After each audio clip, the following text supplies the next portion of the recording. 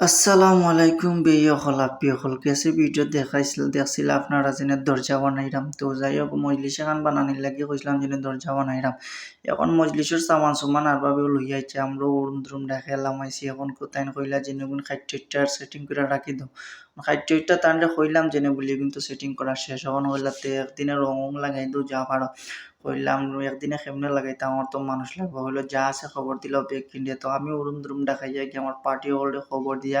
লইয়া আইছি এখন আইয়া তো কিতা করতাম কিন্তু রং লাগাইতে হইলে খুব কষ্ট যেহেতু দুনিয়া করা একদিনে কাবার আইতো না এখন বুদ্ধি একটা করে লিছি করি সকল এখানে বিছাই লিছি টিনর লাগান বিছাই উরুম দুরুম বসানি আরম্ভ করেছি